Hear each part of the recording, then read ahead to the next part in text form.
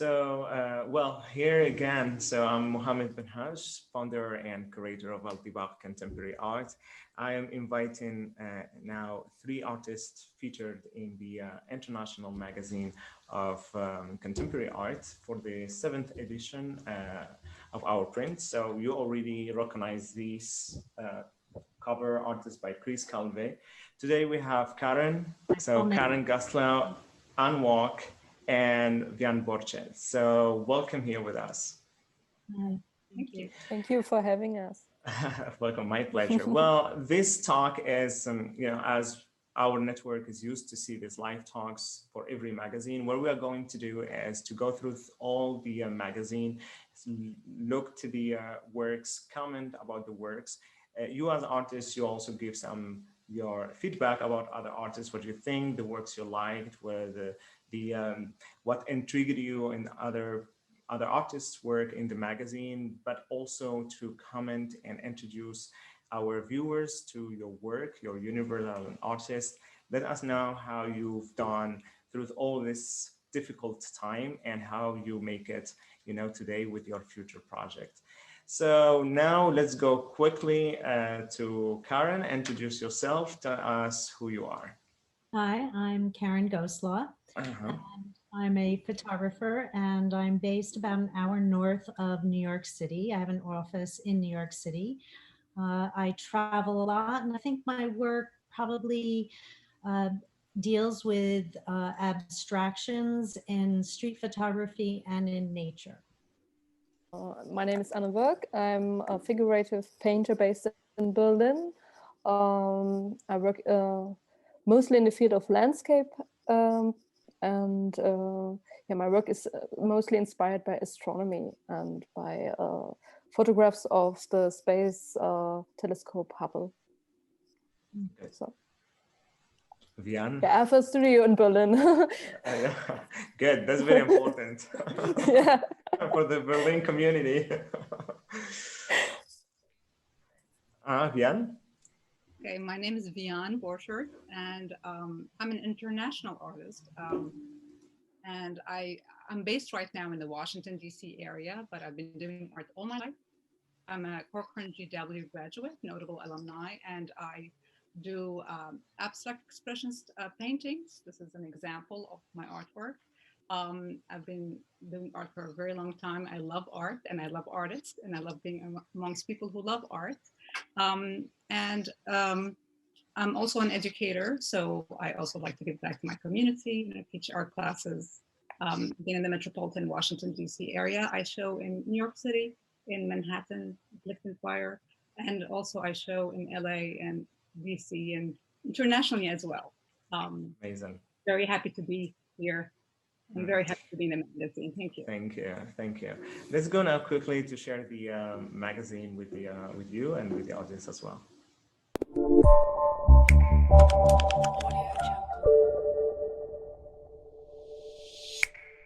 Okay, here you are. So this is the cover of the issue 7 by the French photographer Chris Calvet.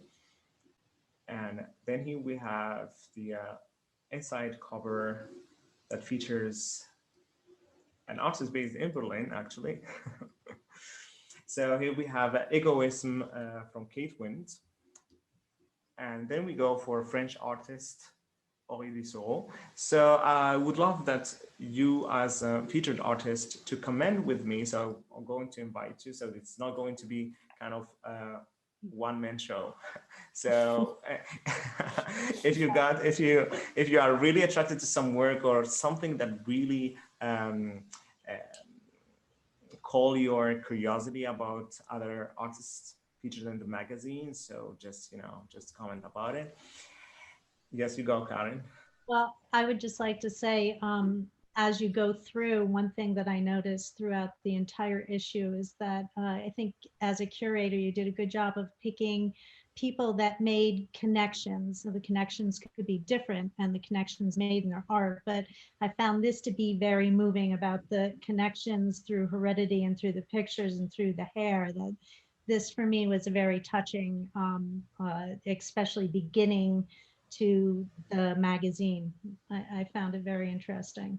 Thank you. It's actually it's the magazine is created the same way I create exhibitions. It's very important to decide which artists go next to which one, and which artwork has to be in that wall or in the one in the front or the one at the entrance.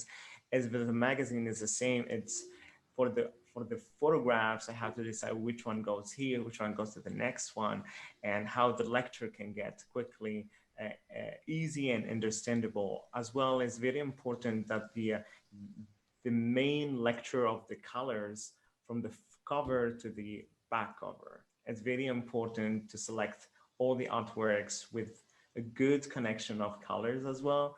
That's how we can get it. So a little bit when you can see now the magazine, you can see the connections of the colors, then it goes gradients for the painters as well. So they know this important how you switch to one color, for example, when you are in the neons on the unwalk paintings, and then you go to this dark sky at the same time. This transition is also the same process on designing the magazine.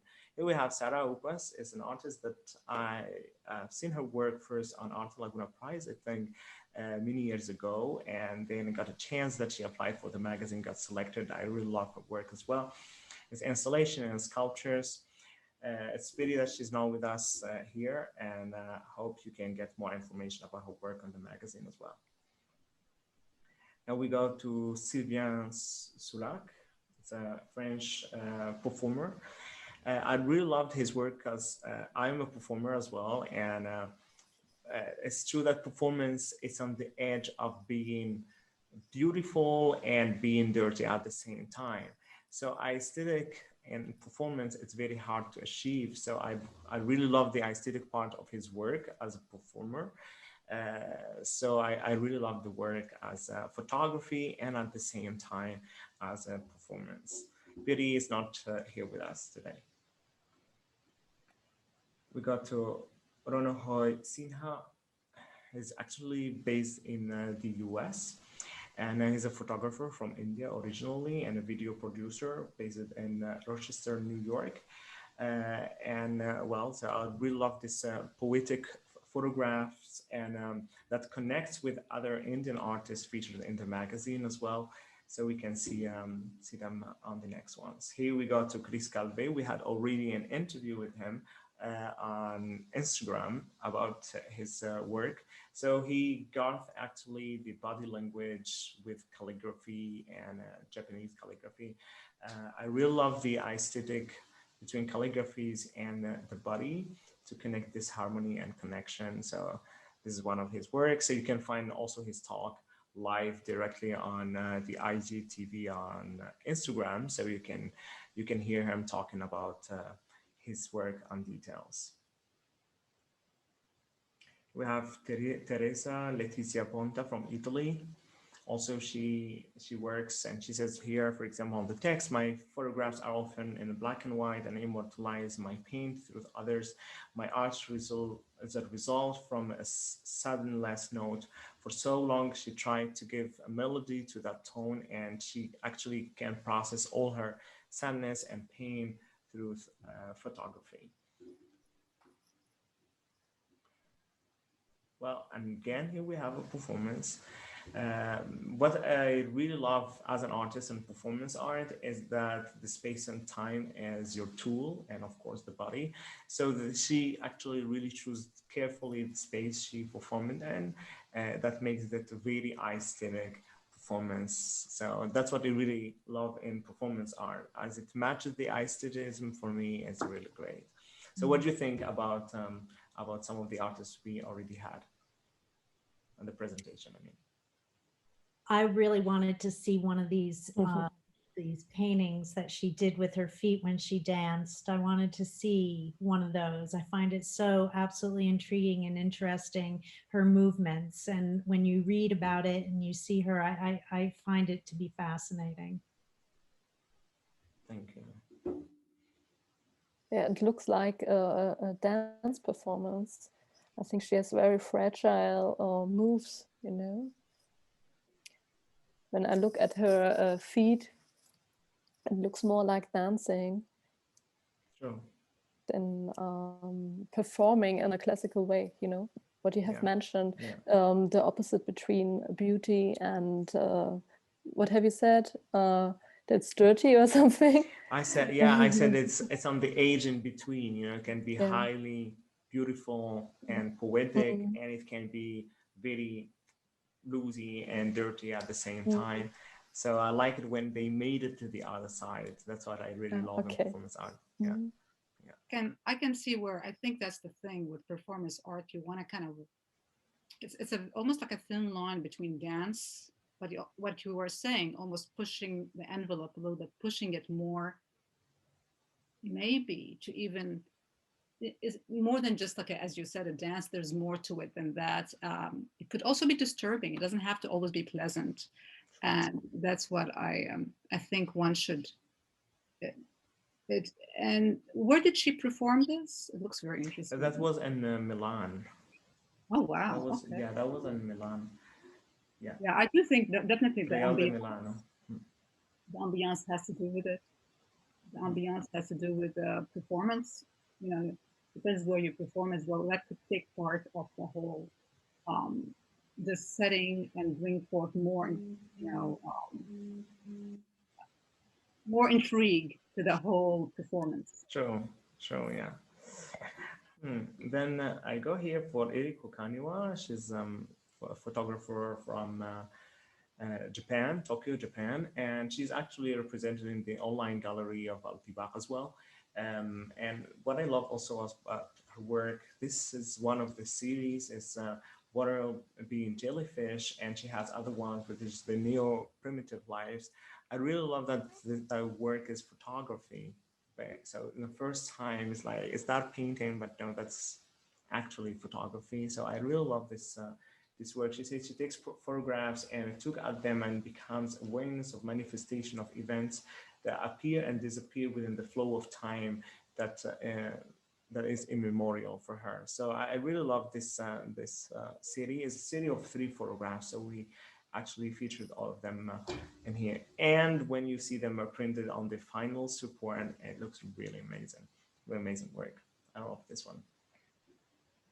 Those are amazing. Yeah, jellyfish is a really interesting species because they are so long on Earth. You know, one of the longest here on Earth. Sure, yeah. Some of them, they said it might be alien for you, and yeah. I know you like that. And ballet dancer as well, you know, it looks like dancing. Yeah, it's true. You know, the moves. Yeah. Really beautiful. The illumination of the color and so on.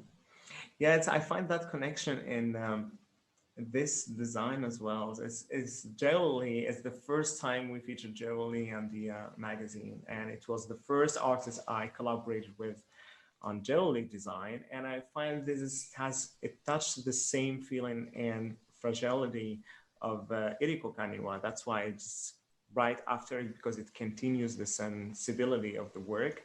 And I'm not an expert on Aurélie, but it makes me feel that, and it was enough for me to have her featured in the magazine, actually.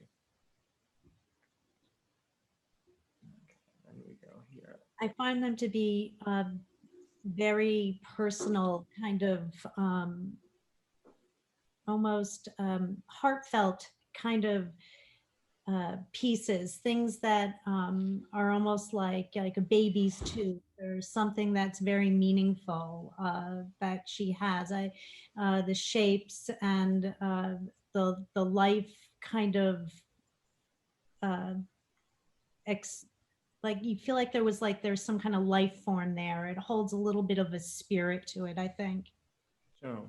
Yeah, here in her text, you say P.U.'s source of inspiration is usually her personal story.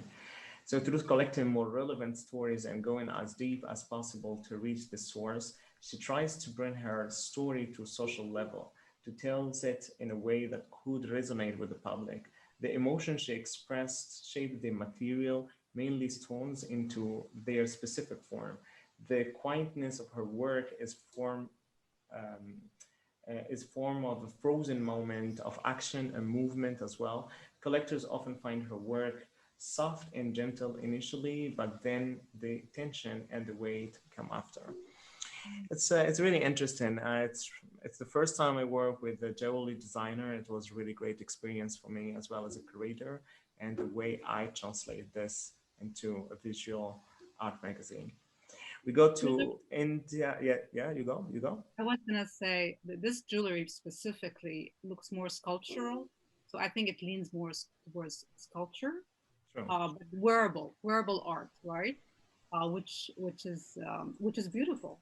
And what kind of stone did she use? Is she using a specific stone or what? Yeah, that's different specific stones. Yeah. Okay, it's very soft. It has a very soft, almost soft look to it.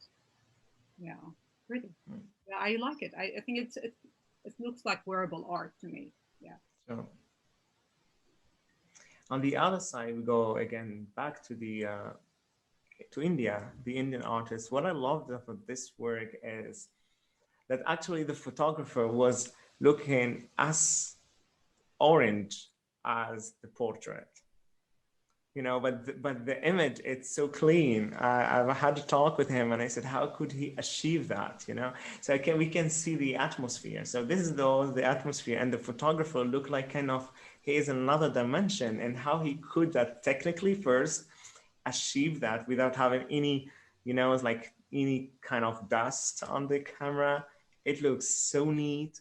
It looks like in his mind. And he says, I was pink and orange and yellow like them. I was just like them. So it's like this, basically, you know? So that's the magic of art and how you can really capture that. It attracted me a lot. I really love these photographs. I found them kind of very modern, Renaissance sensation that gives you, you know, more than maybe Karen as photographer. So let us know what you think.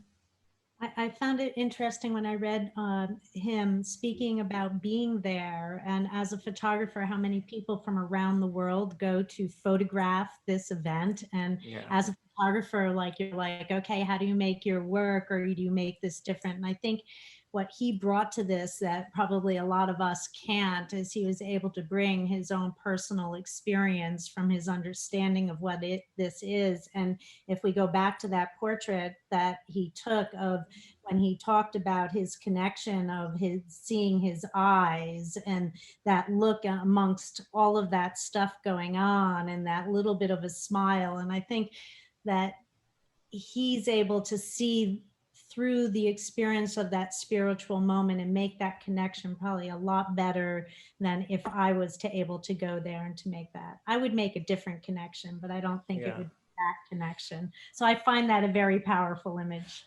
Good. Maybe Anne and Bianca can tell us what do they think about it?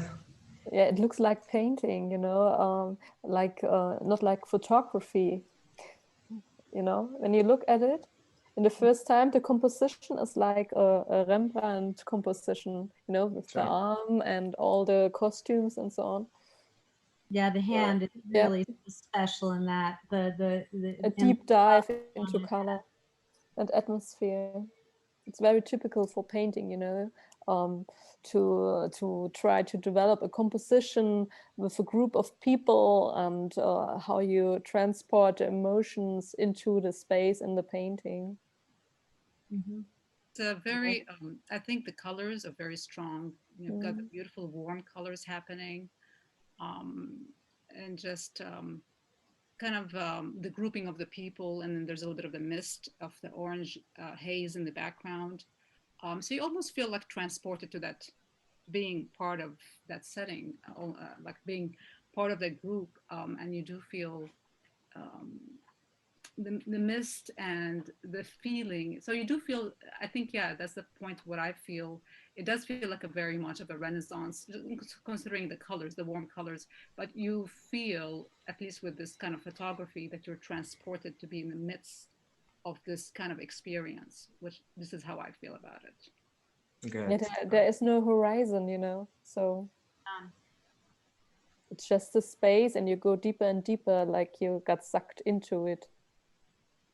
There's one stop though, that one hand just stops you to be able to focus. I love that. Good. So special thanks to Larry Snyder, who supported the artist to be in the magazine. So he's his mentor. He's actually living in Chicago, and so special thanks to him because he been really supporting the artist to be in the magazine and supporting actually him to keep creating and photograph and so yeah, actually Larry Snyder, according to Rajesh, he was the first photographer who told him that he has to keep going with photography because he's seen his work and he was very young, and he told him that he is very talented and he should actually start with photography, to create a real art as you see right now. So special thanks to the support of Larry Snyder. Now we go again to Karen Ghostlaw. So here you are again. Well, so as we have the interviews published on the magazine, so I will pick up some questions from what you already answered in the magazine, and I will ask you the same questions, and I want to hear from you. So our audience, basically, I will ask you 2-3 questions from your interview that I really find them challenging for you. And yeah, so tell us a little bit about this project, self-portraiture. Okay. It began a really long time ago, back in, I think about 12 years ago, 12 to 13 years ago now. I had 4 children and home birthed 2 of my 4, and I homeschool all 4 through high school. So it was a tremendous commitment, and I was home a lot, and my photography, it didn't go in the background, but it was challenging to find the time to be able to go out and to be able to shoot. So eventually, when they became more independent learners, I had more free time, and self-portraiture was a way to start reinvestigating myself and who I was. And I was a willing subject, and I would spend my days learning about reflection and light, and instead of setting up still lifes, I would study self-portraiture. And then I took that throughout the years and began to investigate the layers that I saw there, and began to see through the same abstractions, maybe in urban street photography or in the landscape, and investigating those layers now in the environment, or where I now exist, which is not necessarily my home anymore. Good. So here is another photography of your projects and also a description of the project. Then here another composition. I really like this. It's, I don't know why, it's just like, it's looks like kind of a movie poster for me. It's just like, where should I focus? Like, I like the composition, the colors as well. And here one of the questions from this page. So can you tell our readers that experience of your life that is reflected in your work? So like at this moment right here, the experience of my life. Okay, well, that's a really good question. So I would say, like, when I was here, I can tell you where I was. I was in London, and this is a space in London.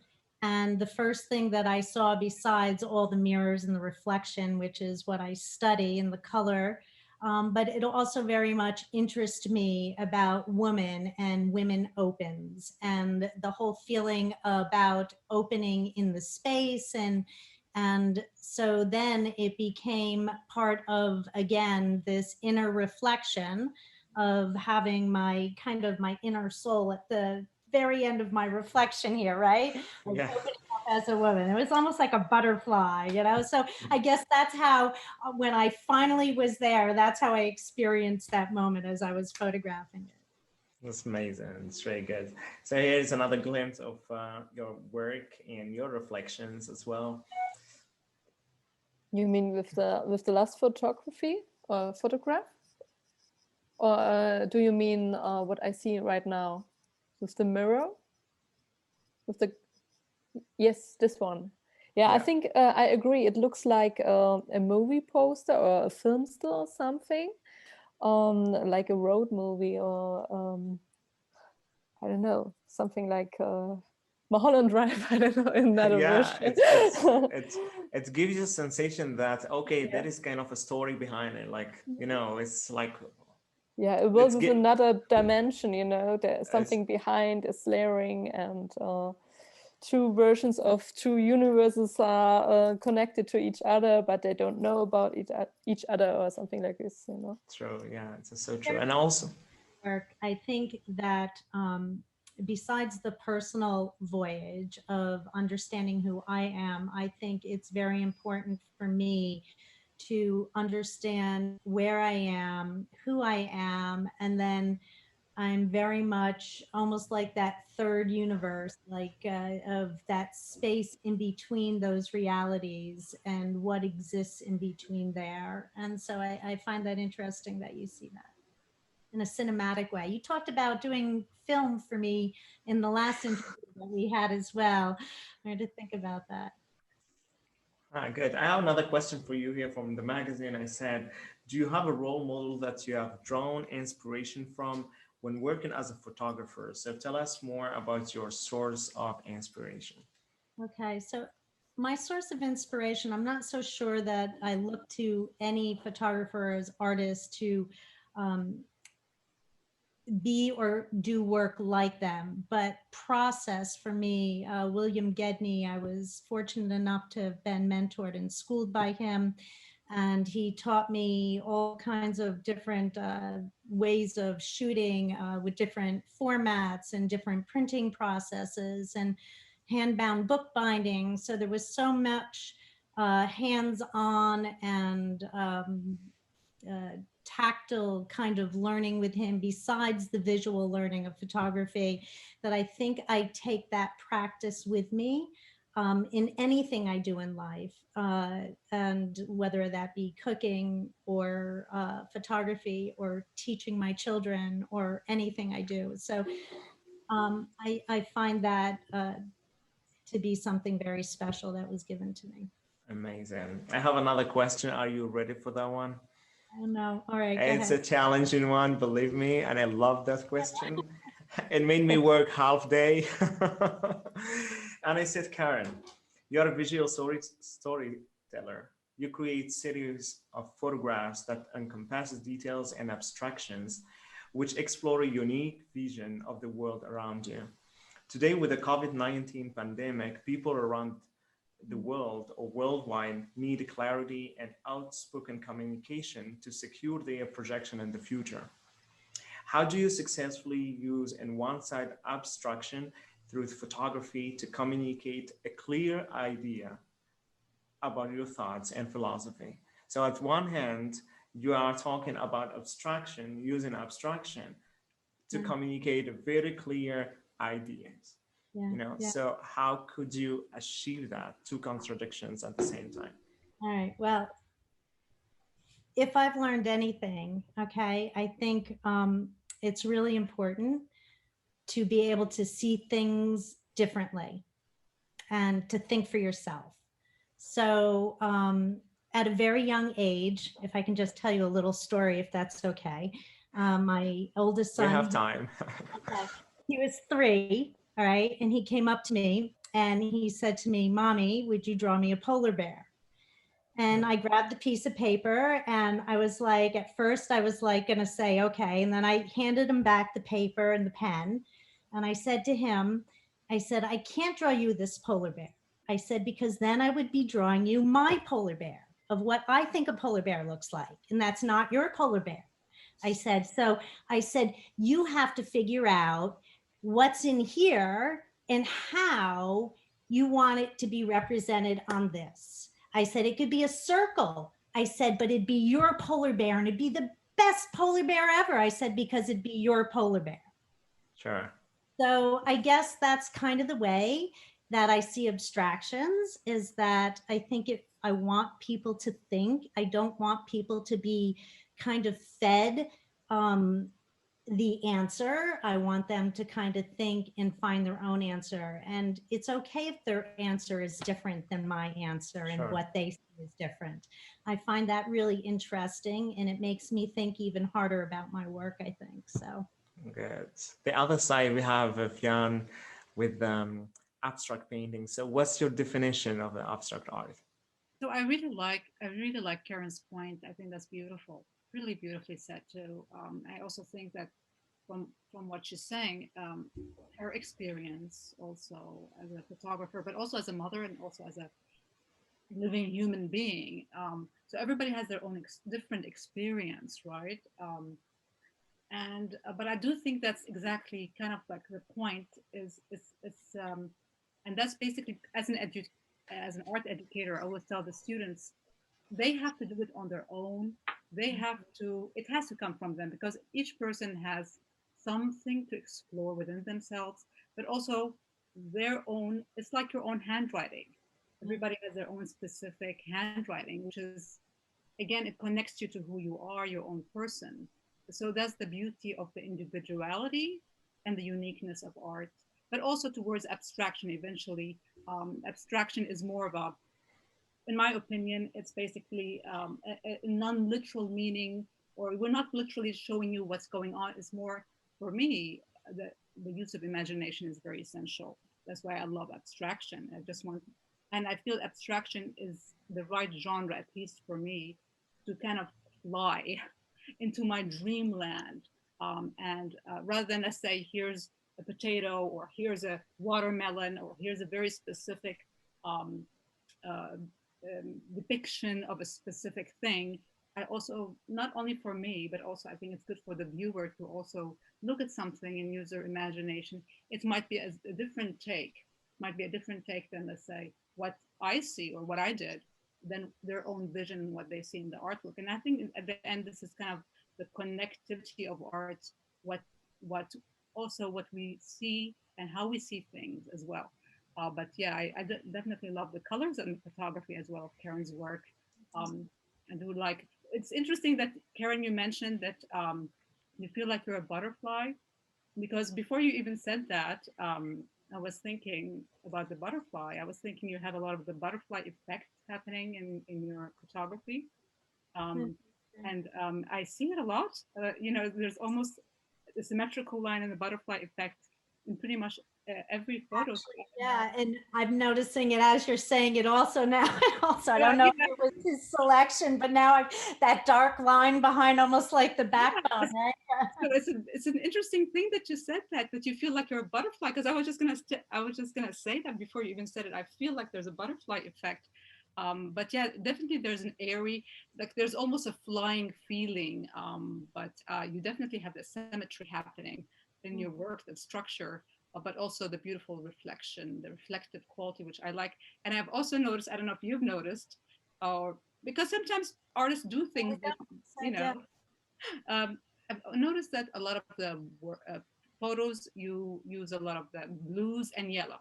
Is that something that you do intentionally, or is that unintentional? It's because also Al-Tiba9 has selected those colors.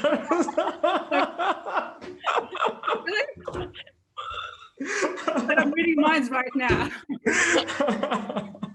Sometimes that does happen. You did pick a bunch of images. It does happen a lot of times if I'm because they're all single exposure. They're not double exposures. So what you're seeing probably is interior lighting and outdoor lighting. So you have a lot of yellow, like incandescent lighting, and then you have natural lighting, and to correct for one, it only makes the other sometimes more. So that's probably what you're seeing in, at least in those two. I think it's also the ones a little bit higher, like it's so obvious. And again, this was through a shop window, but outside. But yeah, now that you say that, I'm going to look through my work and see if there's go higher, just go higher. Look at this. This is it. This is what I'm saying. I see very clearly the color yellow and the color blue. Actually, this is my favorite blue, and I love the color yellow. I do an issue. We're doing all pink and magenta and like yellow or something. We're gonna do a whole different color scheme. But it is because also the way I curated the the article, I went for yellow and blue as well. Okay. That's cool. I But love noticing that, actually, it's funny you say that, but in a lot of things lately, especially with snow and the winter skies and all those blue and purple shadows, that I'm seeing so much blue lately. that's beautiful. Yeah, yeah. That's good. Good that you noticed the connection of the colors. Actually, that's what I talked about, in the beginning, that when you go through an article, you'll be like, I mean, those guys, they all have same taste of colors, kind of. They flow very well, by the way. One color flows very nicely into the other photo, and that's beautiful. Yeah. Well, hey, then we will comment later on, about your work more. So we're gonna find the connection at the end between the three of you and your expression. And maybe has anything to add about the butterfly effect or yellow and blue colors or the abstraction in general? I think reflection in general is a big subject matter to not only artists. I see it on Instagram all the time that people do this kind of self-portraiture with a mirror, or not a selfie thing. I mean, really a mirror or a window, a shop window, whatever. It's not like art, but they want to see themselves in their surroundings, to understand themselves, or to say I was here, like inscription or something in a tree, whatever. I think it's a deeper understanding of this process to make a photograph, not directly, but in a reflection. True. That's very good. Now we stay in the US. We go to another artist as well, US and Wholesome Shelter.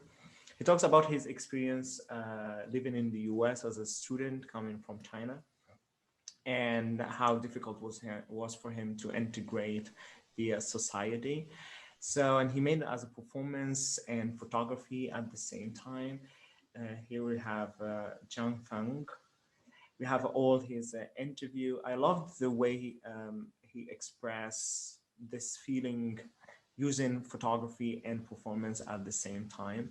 So I made this selection to make kind of connections as well with all the portraits he has.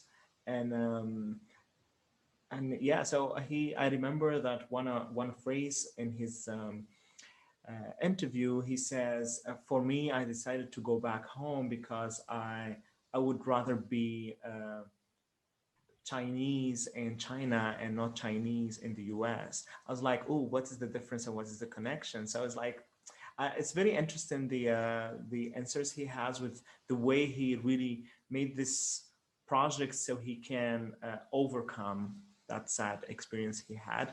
So I like this work as well as photography. We keep going as well now with performance, group performance, artists from Russia. So group MYK, and the work is called Mushroom. I would really love to share the video. The video is really amazing. I don't have it right now available, but I said to everyone to go to their website and check the video. The work is amazing. It's really good. I would love to see that live. It's a type of group performance that I really like. Here we go now to our type of paintings. We change the tones a little bit. We go to more colors, more happy life right now. So here we have Van Lanith. So yeah, we're gonna talk about a lot of colors. We go to Egypt with digital paintings, portraits as well. As you see, human figure is really present in this edition. Qianwen Yu is supposed to be with us today, but unfortunately is not here. So it's textile art. I invite you all to read his interview. He has an interview already published on the website. Maxime Jean Lefebvre It's a French artist based also in the US. As you see, there's a lot of American artists in the magazine. And still the sculptures, I really love them as a porcelain. I never thought that I see detergent bottles as really beautiful sculptures. I really love the composition, the colors, and how he just bring everyday objects, to the art. I find that's really amazing. Now we arrive to our Vian Porched again. Here we can see your paintings. This is actually the same one behind you, right? Yeah, exactly. Yeah. Good, good. So tell us a little bit about the philosophy of the work. How do you choose your colors? And I'm gonna later ask you some challenging Yeah. questions. So I guess it's kind of easy. The answer is kind of easy. I mainly choose the color that I like. That's good. That's really good. So I love blue. So that's something, that's why I'm like, I love blue. So blue is my favorite color. And I think it's probably pretty obvious because I put blue in all my artwork. But yeah, I feel like at this point in my art career, I just go for the colors that I like. And I do like in this painting, it's a lot of obviously cool colors. I also like darker colors. But I also wanted to play with lighter colors as well. So this is titled Spectrum. So you can see the different tonalities, but the different hues and the tones of let's say the spectrum within one color. In a sense, this is obviously an abstract painting, but most of my abstraction is I love nature. I'm a nature lover. So I'm always looking at the sunset. I do love the ocean. I do love water oriented spaces. So I love the sea. I love the ocean, the lakes, the reflection. I do love the clouds too. So I'm a very huge nature lover. So a lot of my work most of my work actually is based on nature, but I wanted it to be more my vision and my take, more of a modern vision, more of a modern aesthetic of this is like a quick take, or let's say an abstracted take on a sunset, but also a little bit of an ocean as well there. But also there's the horizon line right in the middle. And so again, it's for me, abstraction is a form of letting one's energy out. So that's kind of the main thing for me in general. Art is a form of self-expression, and and in a way also art is I find my own kind of zen zone and kind of getting into my own world, which sometimes I feel like I need to do that, like I need to escape, especially nowadays. This painting was also done during COVID time. So a lot of it's like I'm escaping into art. I'm escaping into the world of like playing with paint and playing with pigment and just making something out of nothing. So that's kind of the beauty for me when it comes to being a visual artist, a creator, a creative human being. Yeah. And how was for you the COVID time where you couldn't get the inspiration from the ocean, from nature, from the clouds, for all the things you Yeah. like? So how was that time for you creating something, inspired by something actually you are not have any access to? So basically, I live in the Washington, D.C. area where we do have, we do have, I would say around an hour from here, you can be by the Chesapeake shore. So we do have the Atlantic Ocean a few hours from here. So if I really want to go to the ocean right away, I can, but it would be a couple of hours. But also we live close to the city. So in a sense, we do have, and I live close to a lot of parks. I live actually almost in a park, like I live in a woodsy area. So I feel like I'm surrounded by nature. There are a lot of lakes in my area, but I also, what has happened during this time, since I'm not that close to the ocean, what I've been doing, I have a bench in front of my house. I sit on this bench and I look at the sunset. So for me, the sky so I'm kind of using my imagination here. The sky, I'm trying to look at the sky as almost like in a way as the ocean. So I'm looking at the different colors of the sky, the different sunsets. Sometimes you have really deep blue. Sometimes it's more lavender. Sometimes it's more pink. Sometimes you have a lot of peach or even watermelon tones. But then you've got Purple.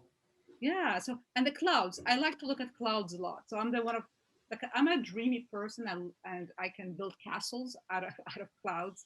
And I always look at shapes in clouds. So for me, I've been looking a lot at the sky, since I can't really have access right away to go to the ocean.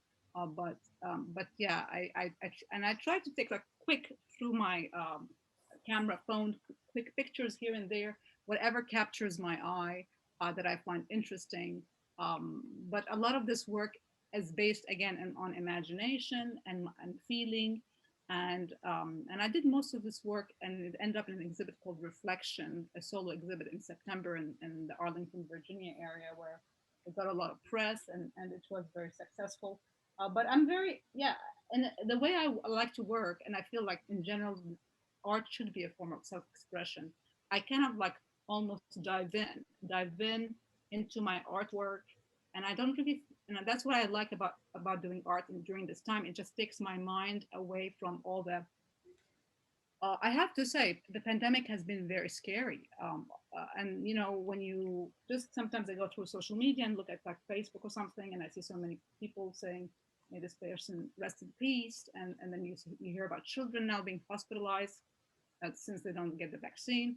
It's just a very difficult time to live in, I think. And I think it's just art has been for me kind of a place to go to escape the harsh reality of this pandemic, you know. So so this mainly is the work that has been created overseas. Is the same thing. There's all these paintings have been created during COVID times.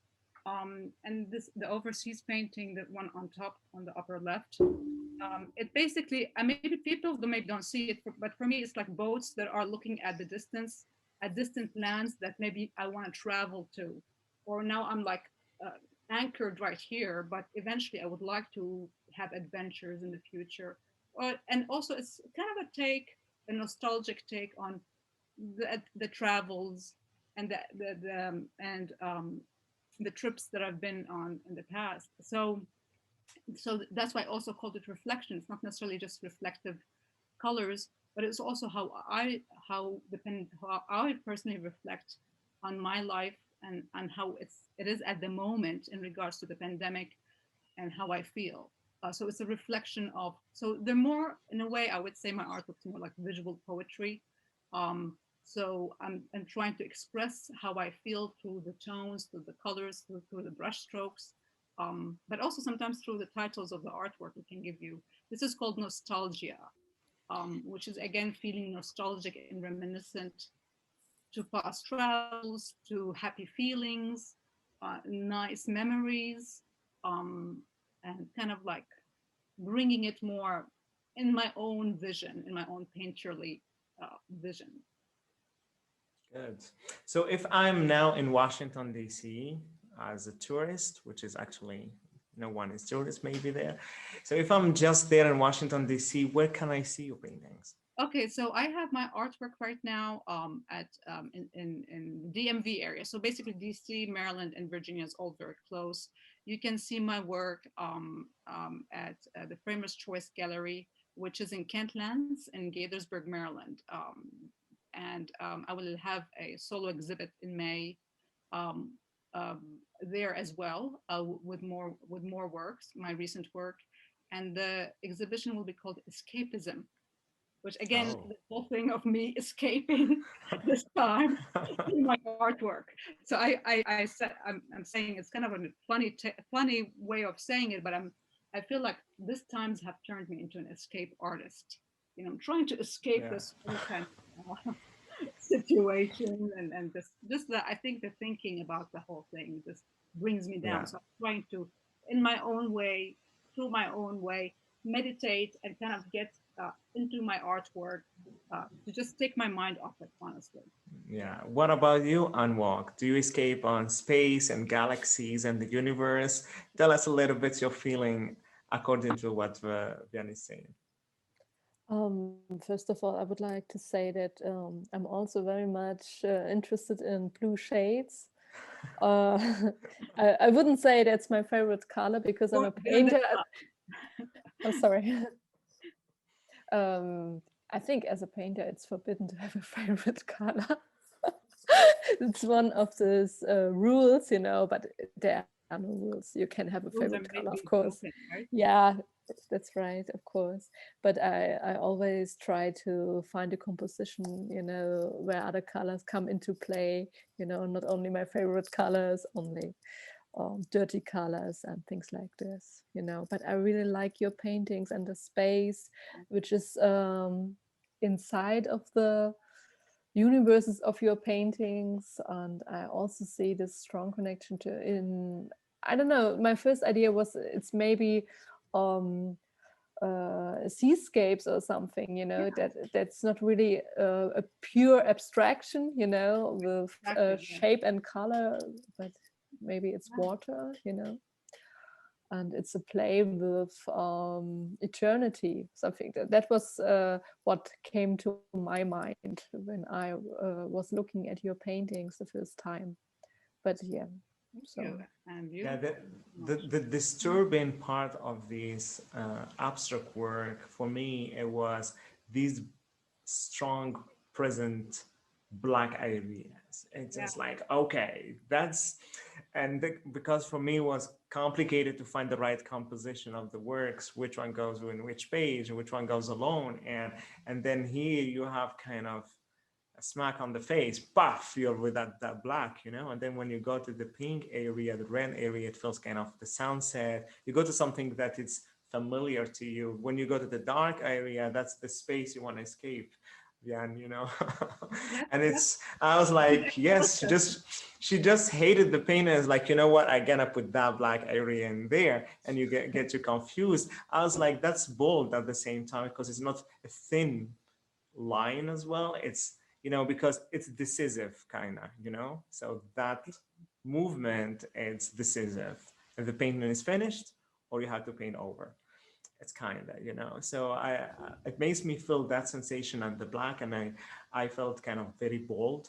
So we have another artist which actually has abstract paintings right after your article. It has some black areas, but it goes different sensation. It's safe. We don't have this clear line that here, you know, that's what I find very strong. The transitions of the colors are all kind of the same rhythm, but when we go to this clear line, it gives you different sensation. Is actually disturbing. Immediately it becomes disturbing, and then that's what I actually liked. You know, it's kind of, okay, she made it that way, you know. At the end, let's put that black on there, and that's what I really loved in this one. That's why most of the one we have them featured is the ones that have really black areas. I love black so much. So I really love black too. And well, and then to settle a little bit, so we went to the black to get a little bit kind of diffuse at the ends, and we got kind of easy, relaxing, so we can prepare the reader as well to go to the next article with no disturb. So what do you think, Karen? We hear your voice a little bit about the article. Well, I really find your work to be really interesting in your reflective work. I know that sometimes when you're talking about looking at the sky, I'll even flip my images, my water images, to be in the sky, my abstracted landscape images, because I think that sometimes you can see a different depth because you can see the earth besides the sky reflected. So I find that I see in your work this sense of struggle, and sometimes in life you can't have brightness unless you have that struggle. So I find that you can feel the struggle, but I often find that in the same painting there's always this little glimpse of hope or light. And I think that we all have those time periods of struggle, and even when you set out to do something new that's scary, you can still like have those dark spaces. But I often see in your work, there's still some kind of hope or light that you're able to reach through that. So. Right. Thank you so much. That's beautiful. Yeah, I try as a person, I try to be always having hope, Yeah. you know, always having hope, even if it's out there, maybe in the distant horizon. And I guess you can see that maybe in the artwork by me saying that, but it is there, you know. And maybe in a sense, I do capture all my feelings in one painting. And some of those actually paintings were done when I did these paintings like Spectrum and the other paintings. I had a very bad ear infection, so I had an extreme amount of pain. So I don't know if the pain comes through, but it was very painful. But it was an interesting thing because I felt that it was I had so much pain from the ear infection, but then the artwork came out like Muhammad was saying, it's like almost strong, like really, really strong. So maybe it's kind of like dealing with some pain, but also, in a sense, also Muhammad mentioned as well. I wanted to play with the idea of movement because I really like movement in art. I also like the idea of contrast, and I think one can see that clearly: the light colors against the darker colors, the different tonalities, but also the movement of just the brush strokes and the colors. So that's something that I personally kind of, when I do artwork also, because I think I'm also an educator, I also look at it from a lot of composition sense. How does this work? How does that work? Kind of putting all the elements of art together, movement, colors, texture, how they work together in making one cohesive artwork that is effective to look at. So that's something I also look at more like technically in a sense, and do think the feelings come through whether I like it or not. And I do think that in a sense, artwork becomes almost like a mirror of who you are. Maybe sometimes also your soul, more than, let's say, the person that you are, your soul coming through. And that's how I personally feel with my artwork, that it is reflective of my soul and my feelings at the time. But thank you guys. Yeah, thank you, Karen, Muhammad, and Anne for the beautiful words and the good analysis of the artwork. It's actually the aim, you know, to bring the artists together, because I'm an artist before being a curator. So I started as an artist, very alternative artist. I started painting skies, by the way, with watercolor. So I actually painted as a revenge. So I quit my job. I was a graphic designer and art director. So I quit the job, and I was at the time 24. So I asked for a holiday. They said, no, you can't. You can have only 1 week. And I said, like, it's over, my time value. So I quit. And then I decided to go to have some drawing classes, painting, because I have kind of plenty of free time. And I couldn't tell to my parents that I quit the job because I already quit university. So they get kind of, okay, our son has some problem, is quitting all the time.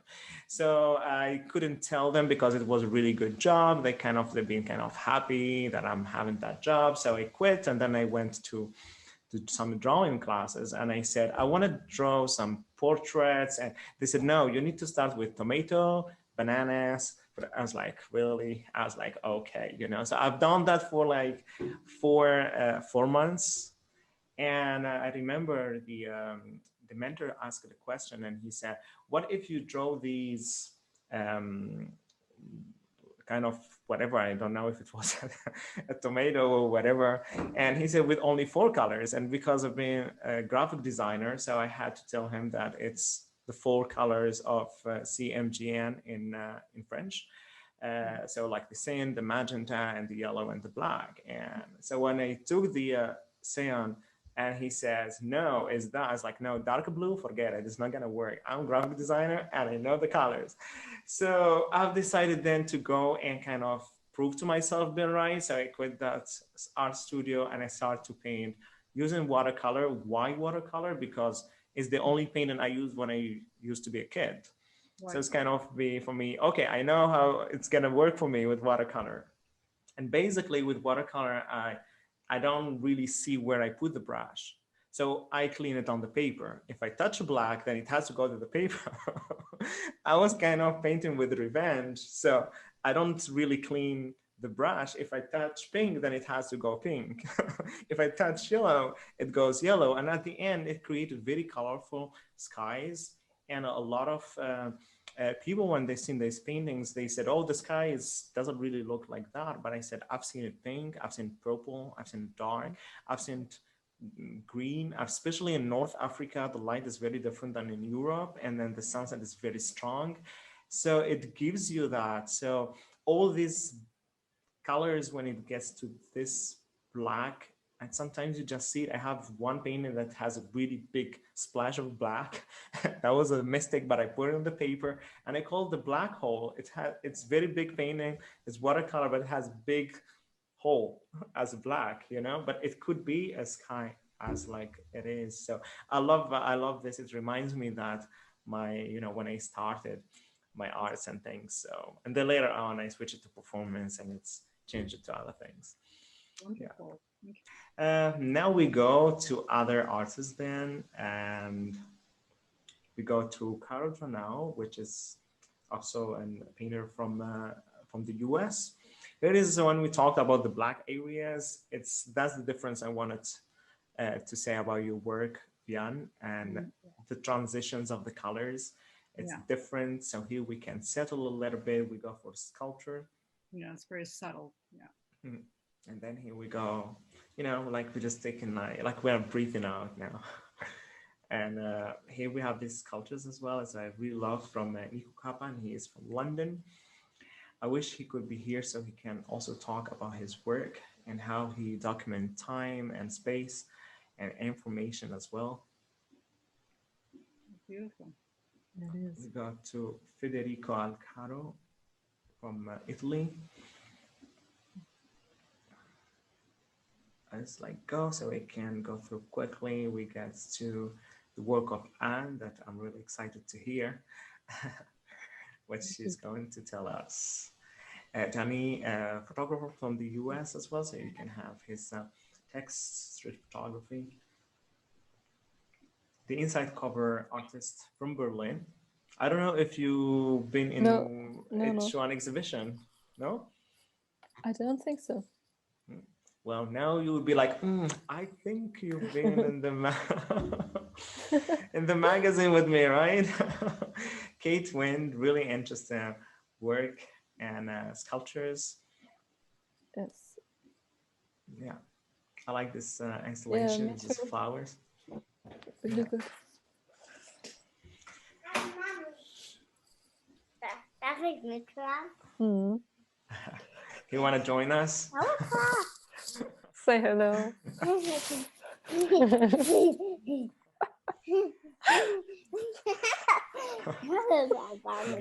Good. Well, this is the spontaneity I talked about.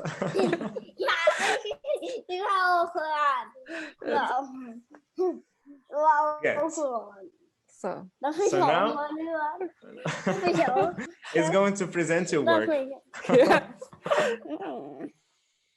Okay. So tell us about your universe. About what? About your universe. My universe, my painting universe. Yes, I'm a landscape painter, and I'm very much interested in astronomy and the history of astronomy. I'm collecting a lot of scientific photography, and I think my paintings are not so much about escapism like you said in the past. I think it's more the moment of lift off, to unreachable places, something like this, I'm really very much interested in far horizons, in different worlds, how they look like, what nature they have, the idea of something which is nature, which is bigger than the idea of life, that there are different planets with a complete different surrounding. Sorry. I think it's okay. It's all okay. Very difficult right now. I'm interested in mountainscapes, and I have developed over the years an art series called Starscapes, where I painted night skies. Here you see the Milky Way, the galaxy in the sky. And also very interested in this artificial light in combination or in contrast to natural light phenomena.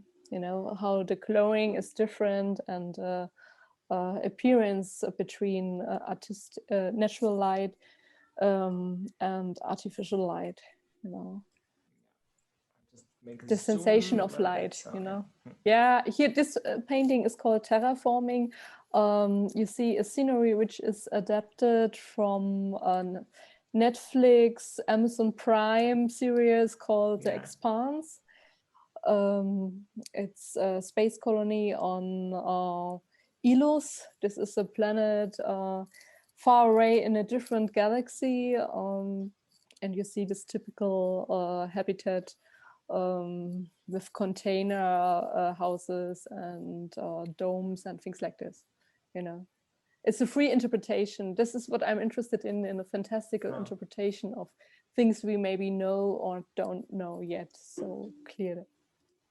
Yeah, I have one question here. I think it was in this page.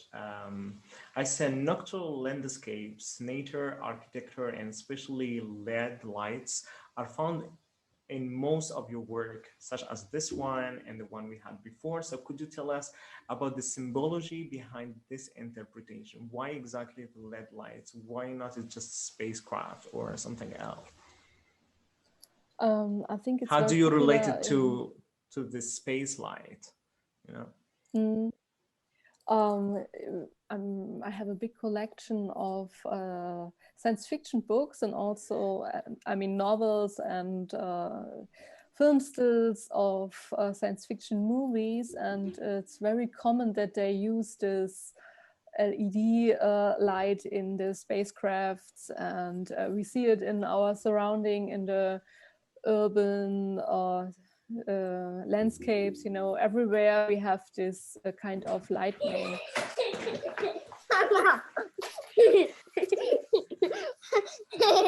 Sorry. It's all okay. It's all okay. It's the party crasher.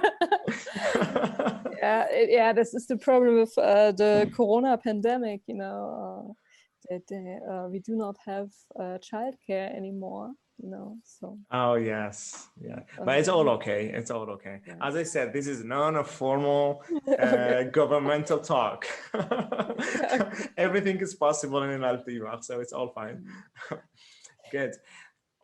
So you made a transition to paint also kind of 360 experience by painting on globes, right? Especially like the one we see actually moving next to you. And here we see kind of 3/4 of globe in this area. Yeah. Why this shape? What's the experience you want to invite the viewer? You know, what tell us the idea behind it.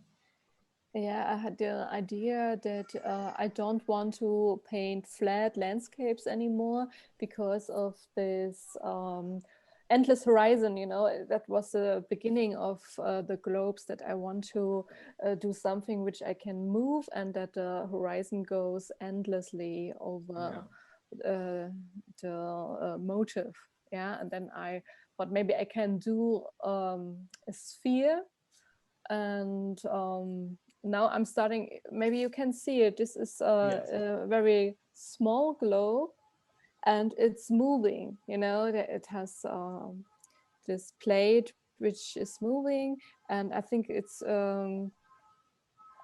our experience, you know. Everything is rotating in the universe, also Earth, all the time, even if we do not experience it right now, you know. We see it with that becomes day and night and so on, but don't feel the moving right now, you know. So true. And what is the most challenging part about painting on a sphere, for example? It takes a lot of time, because it's not so easy to fill the shape, You know, you think in the beginning, okay, it's only a small globe or something, but there's much more surface you have to think of in the composition. You know, you have to think about the top, how it looks from the top, you know, from all the surroundings, and also from the bottom, how it connects to the top and so on. So it's you can move it and paint it over and over, and it's always different, and you always have to think about the backside and the front and so on. Great. It takes a lot of time. That's really good. That's really good. That's really nice. So you just recently moved to a bigger studio in Berlin, right? Yes. Yeah. So tell us, if I'm in Berlin, can I just pass by, see your paintings, knock the door, get in? How it works for people who are in Berlin? The thing is, I have an assistant right now, and she's working in my studio when I have to work from home, you know, because of the childcare problem. Yes. And so we planned together some works, how I can bring them to life, especially for the upcoming exhibition. And sometimes she is framing some of my works and helps me with the foundation and things like this. And so I have 2 days, Monday and Tuesday, when I'm there in the studio, and she comes Friday, and so 3 days a week is somebody there to welcome visitors, if you want. Good. And where is located in Berlin? It's located in Weißensee, in a huge studio building, and there are a lot of life with different artists and connections and so on. I really like that. We have a kitchen, and we see us on the floors and talk a little bit. You know, we all have to be careful because of the coronavirus.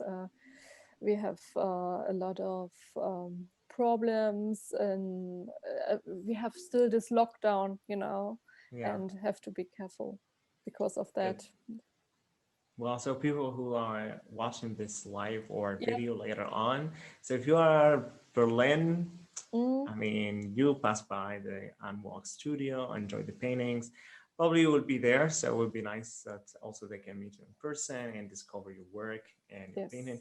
Any exhibitions you have it recently or upcoming exhibition in Berlin? Yes, I have an upcoming exhibition in Berlin at the Schönhauser Allee at Fenty's. It's I will promote it later on because I'm really in this production process right now. Nice. And we have in Berlin this studio festival. I will take part in this too. You know, so there's a period of time, 1.5 months, when all studios are open. There are regular hours, and I will take care that always someone will be there, me or my assistant, you know. So really then people can come every day in this period of time to see my works live in the studio. Yeah. That's amazing. I will also take part in a small group show at Kulturkapellen. It's a small museum in Berlin Mitte with only very small work. So it's really nice. So there you can see actually the work of Unwalk. So don't miss it if you are watching from Berlin, especially. Well, good. So let's go now finish our journey through this exhibition. We go to photography, abstract photography that looks also as a painting. It documents all the life story of Duke winner artists from the US as well. As I said, this magazine has a lot of US artists. It gets a lot of strong US expression. Actually, there's a lot of great artists as well from all over the world that approach the magazine, but a lot of them from the US. So Duke Winder, I like his photography. He talks about the story, the end of the life was his father, his story, his relationship with his father, with his surrounding as well. And here's a process to get to this abstract photography, as we come from very strong abstraction with Vian and Karen, which is figurative versus abstract.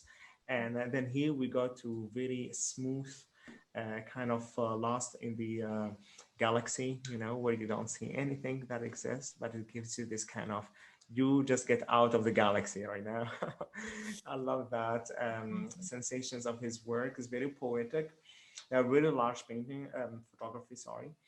So you can read the interview. Is also published online on the website, and to have the story behind it. We go to Spain this time with monumental sculptures of the Spanish artist Teo San Jose that we've been collaborating lately for some exhibitions, and also we've been collaborating on the Intersect Art and Design Fair.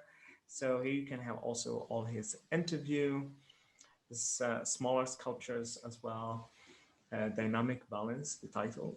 And if you are around Alicante in Spain, then if you are in the port, you can find this monumental sculpture as well. So it's one of the monuments of the city.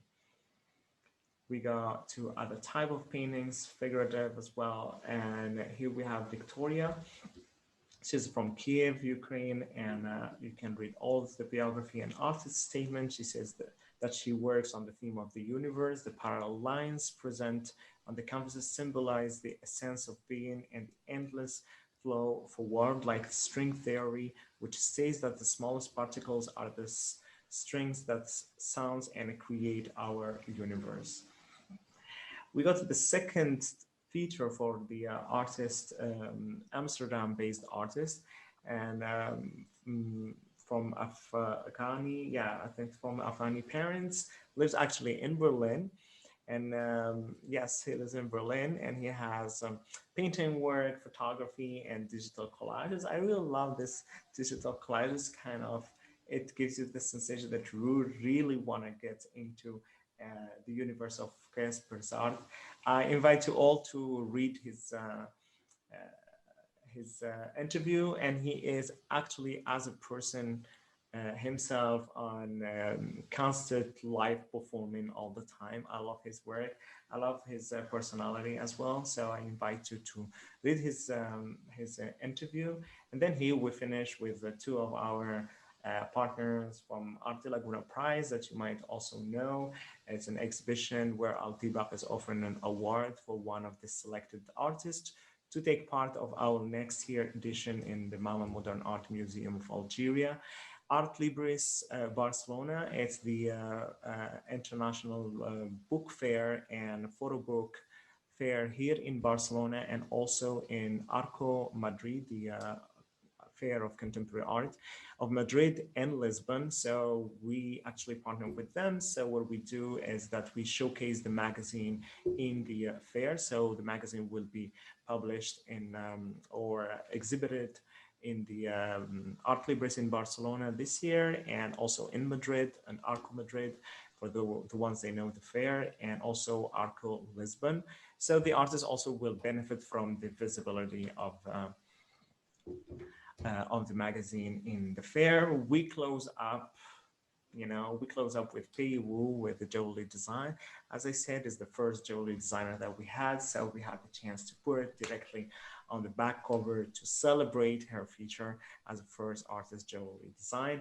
That for me was a great experience, having this magazine. Getting into this page now on the PDF, it means that the journey of issue 7 is not over, but it's sensation that is over. We are getting soon to issue 8. I'm pretty sure it's going to be amazing, but I loved issue 7.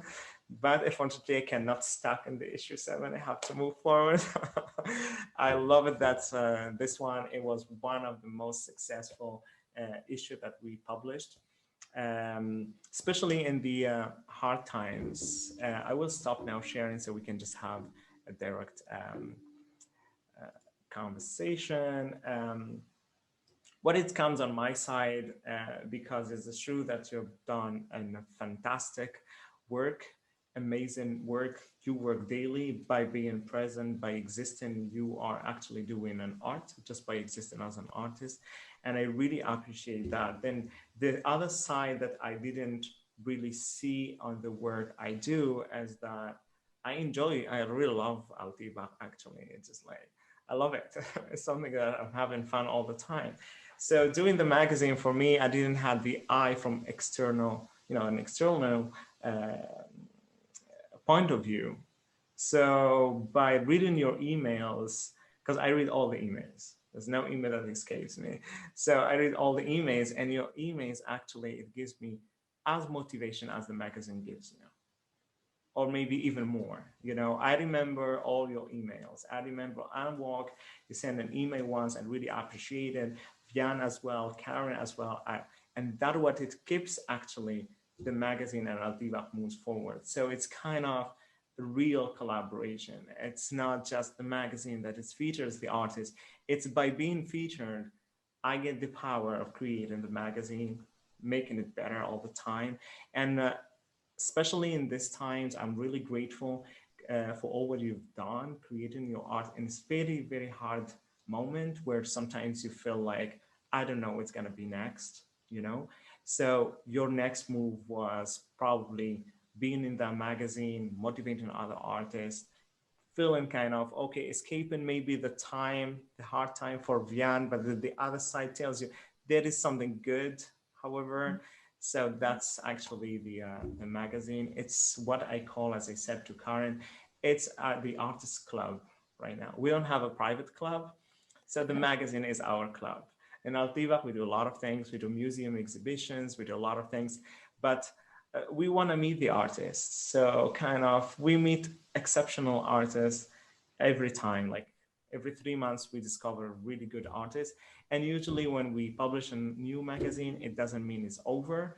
It means we are going to meet again very soon, that's for sure. So I want to be just thankful and grateful for all of you. If you have anything to share about your experience, how it was for you being in the magazine, or if something made you think about your work differently, probably by answering questions. I know that interviews sometimes are tricky. We think, oh, interviews, I'm one of them. Sometimes journalists, they said, I send you questions, don't worry. Oh yes, of course. I receive the questions like, oh my God, it's sometimes challenging. I think we all had this experience. So tell us about how was for you participating in an art magazine? I think that when you talk about you reaching out or reading every email, I think that's a unique experience that I had working with you. And I think it brings out the best in the artist because we trust you and we know that you listen to us and there's no fear about asking you questions, at least for me. And I feel like I can be who I really am. And I think that can bring, my work or my best attribute or contribution to your magazine. So I feel it really is a collaborative experience and I'm grateful for that. Thank you. Thank you. Yeah, I believe like Karen and Muhammad and also Anne, sometimes the universe is at play. And I feel like in this case, the universe is at play where you were saying that the magazine issue number 7 was wonderful, was very well received. You were sold out. And I think sometimes it's just the universe brings us together. And that's something that I believe totally in the universe and the universe capability and in bringing and connecting people together, even during these times which are difficult, but through our human connection and through our, the humanness of and the kindness of each other, but also our connectivity through the love for the arts. That's very, very important. So I thank you very much. It's a beautiful magazine. And you did great. You did beautiful. Thank you. Artist, beautiful work. I'm very happy. I'm glad to hear that. I'm really glad to hear that. We are trying to maintain it as much as possible to not have any advertising.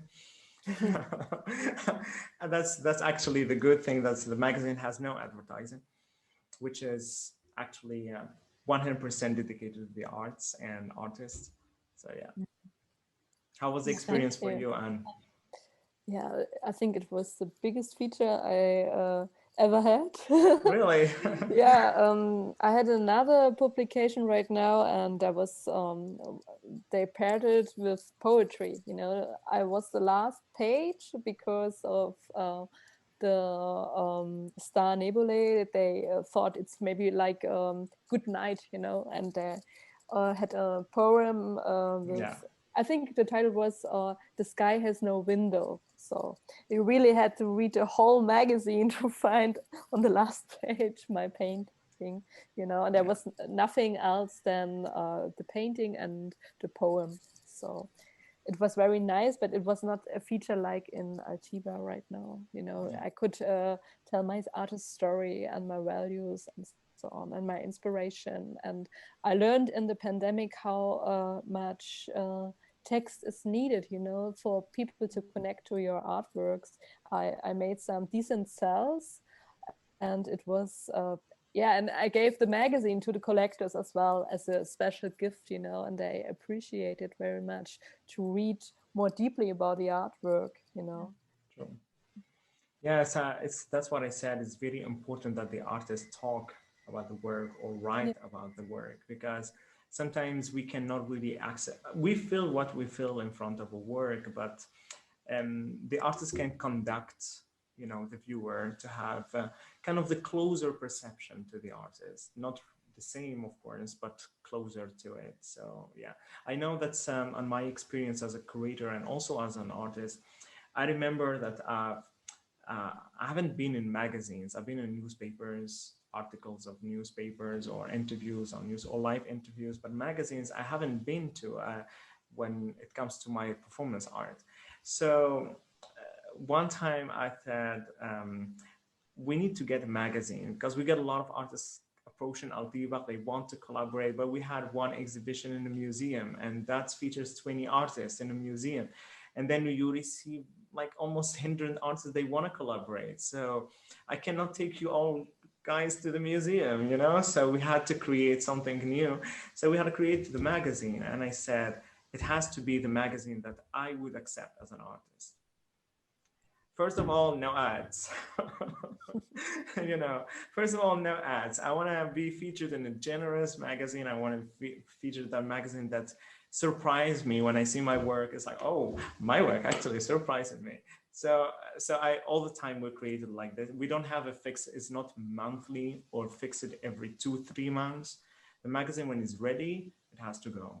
So, and I think that is the value that we can give to the artist, and also the artist can give the value to the magazine, because as I said, every time when we do things, it's both parts.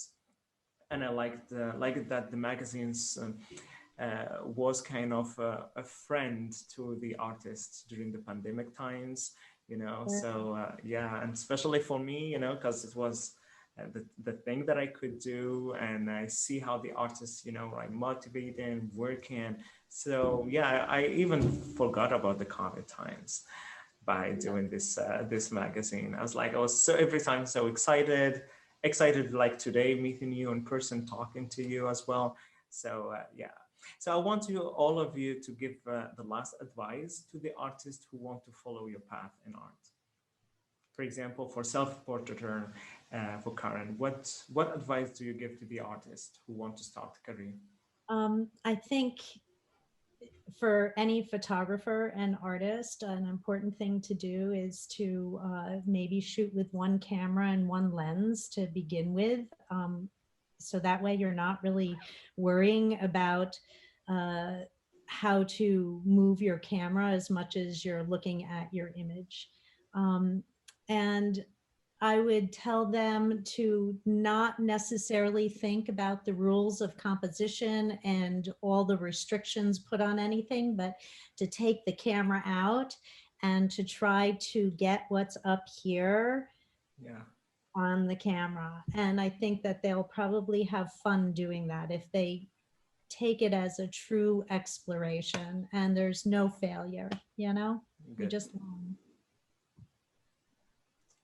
Yeah, I would say that every artist should, or a young artist should tell their unique story. I think every person has a unique story, and I'm also working sometimes as an art educator, and there's also this competition to other artists, and I don't want to repeat this and that and so on. And I always advise, tell your unique story, because then you are on a unique path, and okay, you can find inspiration on so many things, you know. It's not only a position from art history, it could be also something you see in your urban surrounding or something, you know. And if you bring all this together to your unique story and stay with you, you know, with yourself, with your experience, then I think you become more truthfully or something like this, you know. I agree. Yeah, I agree. I think the best advice I can give as an artist, but also as an art educator, and I tell this to all my students, the most important thing is to be truthful.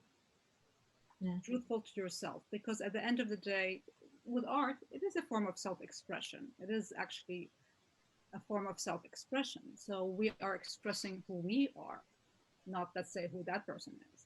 So I do recommend for the budding artist to it is in a way a form of self-discovery, you know. So art is a form of self-discovery. No, not everyone's going to be doing, let's say, figurative artwork. Not Right. everyone's going to be doing maybe photography is not the thing, or sculpture is not the thing for that person specifically, just because they say it's in right now, is trending. They shouldn't follow the trends. And I think that's something that I see with a lot of like new artists or emerging artists. What is trending right now, we'll do that, but that's not really the right way to go about doing art. The most important thing is to be open with yourself and be truthful with yourself, and to find what makes you, you know, you, right? That voice, that vision. And sometimes it takes a while. That's not, it doesn't come right away. It might, you might have to take a couple of classes. You might have to take, like, you might have to do still life. You might have to do different genres of art. You might have to do printmaking. You might have to do so you might have to just work with I ink. think it's important to explore all different kinds of mediums. I think that gives you insight even into your own art, is to be able to explore different art processes. Right.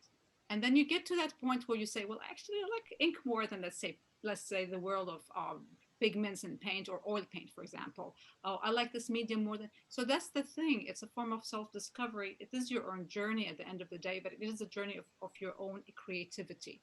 So at the end of the day, the forms of art that we do, the visual art, photography, the performance art, it is a form of your own self, your own creativity.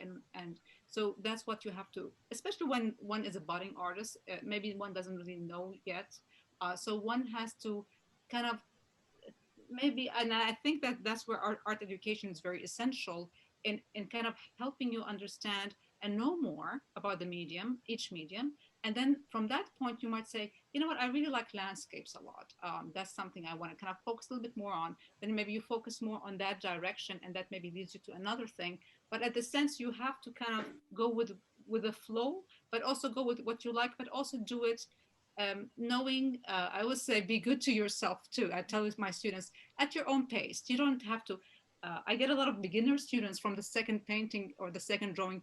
They want to be like Leonardo da Vinci, and I'm like, take it. It takes a while. It takes a while until you become really good at something. But the most important thing I always tell the students, and in general, budding artists, is to have that love and enthusiasm for art. And I think everything will flow naturally afterwards, but you have to be open-minded. You have to be open for, art education, looking at different things, at art, at listening to this Zoom, Facebook Live, listening to the different perspectives of different artists, our experiences, from our career, what led us to this point. But yeah, so it is definitely a journey of exploration of one's own creativity. And just kind of going with what you think is you. I think that's the most essential thing. Sure. I think I would like to add something to this comment. I think very important is to focus and not to lose the focus, So that's very important. Yeah. Last advice. Set goals, but to not have hard set goals, because I think that if you set things like, I have to do this in 3 years and this is where I need to be and this is what I want to do, sometimes you lose sight of the journey and the windows that open along the way. So I think it's important to have goals, but to also not lose sight of the process along the way, and understand or to know that if you deviate from what that original goal was, that that's okay also, that life brings you in different directions. Sure. Yeah. So It's what true. happens to you while you're on the journey, the people we meet. Exactly. Like, It's actually more important. So it's good to have goals, but don't be disappointed. Like, don't think it's a failure because you didn't get there, because whatever you're doing at that time is a whole meaningful part of your life also. That's all. That's great. That's great. Well, so on my side, I hope that the magazine was great part of your journey, you know, your creative art journey. And well, I hope that also you, this by participating in this live event, and you know, this is gonna be recorded as well as video. So I hope that other artists really resonate with something that we've been talking about today, and you know, talking about your work that resonate with them, and then you know, they can impact the way they perceive the things and they do the work, and perhaps just to motivate them to keep creating, keep doing the things, and keep being themselves. As Vian said, I would say there's no one better than you to do you, and there's no one better than you to define you. So yeah. So this is it. It's like, I mean, we can talk all night. It's like, as I said, I don't want the issue 7 to end, but I think guys, we'll meet again very soon. And I hope that I will have all your news, your exhibitions, so we also can cover your shows on Al-Tiba9. Reach out to us, and then we can, you know, keep in touch. And well, I hope to see you in person very soon in New York, Berlin, and in Washington, D.C. And all the time, welcome to Barcelona in Spain. Yeah. Thank you very much. Bye-bye. Yeah, thank you for for your having time. us. Thank you. Thank you. Bye-bye, Karen. Bye-bye. And Vian. Ciao. Ciao, ciao. Ciao.